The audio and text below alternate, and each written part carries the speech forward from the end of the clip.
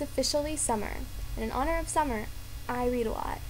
And today when I was cleaning out my library, which has a lot of work to do, as you can tell, I thought about some books that I thought I should recommend to people because a lot of people don't know about them. So the first one I'm going to recommend is a must read. It's called The Year of Living Biblically by A.J. Jacobs.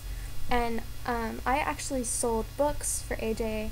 at one of his readings in New York City that I sold for my company that I work for. And I don't ever buy the books I sell because it's counterproductive to buy things that you're making money from. But I couldn't, and I got a signed book, so it's just amazing. Like, you think it's all, the title is kind of misleading, not really, but the title kind of makes you think it's going to be like a preachy religious book, but really this guy's an immersion journalist, so when he wants to write about something, he immerses himself in it. So he decided to live for a year by every biblical law possible, taking everything literally, like literally everything, and about kind of what he discovered. He's an agnostic. He's Jewish, but he says he's Jewish in the same way that Olive Garden is an Italian restaurant.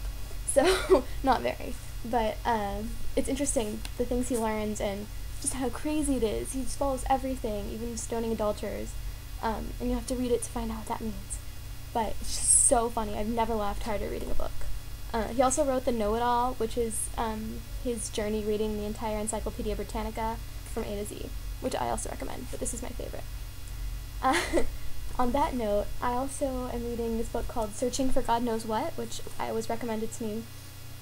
And it's about how maybe our ideas about the gospel and Jesus don't fit into a little box, and they're actually a lot more intriguing and passionate than we always thought they were, and how modern religions don't necessarily do it justice.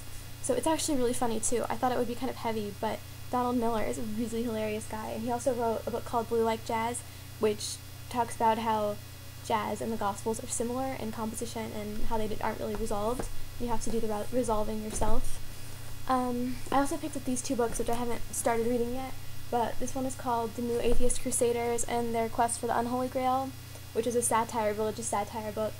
And this one is The Secret Message of Jesus, which a lot of people at my church have recommended. So I'll let you know how those are when I finish them.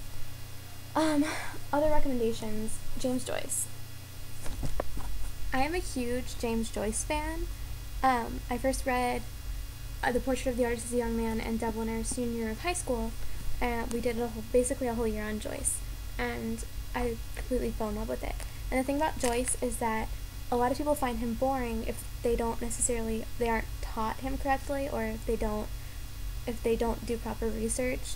But his books and his stories are not about plots with, rising action and declining action and denouement and all of that, and conclusions.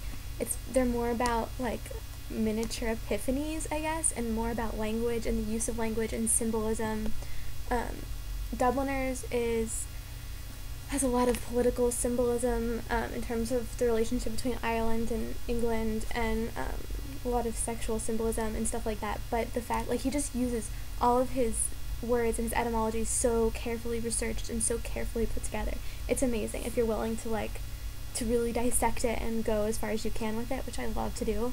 And A Portrait of the Artist as a Young Man is actually where our concept of the word epiphany came from. In an early version that was called Stephen Hero, which was what the primary character's name originally was, and it's now Stephen Dedalus, as is famous. The origin of the word epiphany, as we use it, was really used in that book as like a spiritual as a sudden spiritual knowledge or a sudden realization. Before that, it was used to mean a spiritual manifestation of, like, Jesus on earth, like the Epiphany at Christmas time and all of that. But it was talking about literally, like, having a spiritual, climactic moment in your life. And a lot of times these epiphanies don't happen at, like, huge physically climactic scenes. It's an internal thing, like the end of the dead in Dubliners. If you, like, are into that kind of symbolism and things, and I love it, because I love dissecting things and examining them, and with Joyce you can do that all day and never finish. And then finally, a non-heavy thinking book, I Capture the Castle by Dodie Smith, which is recommended by J.K. Rowling as one of her favorite books as a teenager, and it's really good. It has a little bit of romance and a little bit of family humor, but it's really enchanting, and like you just can't put it down. I read it forever and ever ago, and I just found it again, and I think I'm gonna reread it because it's awesome. If you need a light summary book, I definitely recommend this one. It's not light in a stupid way, it's just light in a happy way.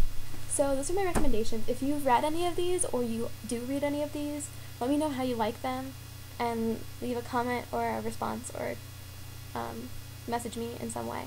Yay! Have a good summer. Happy reading. Bye!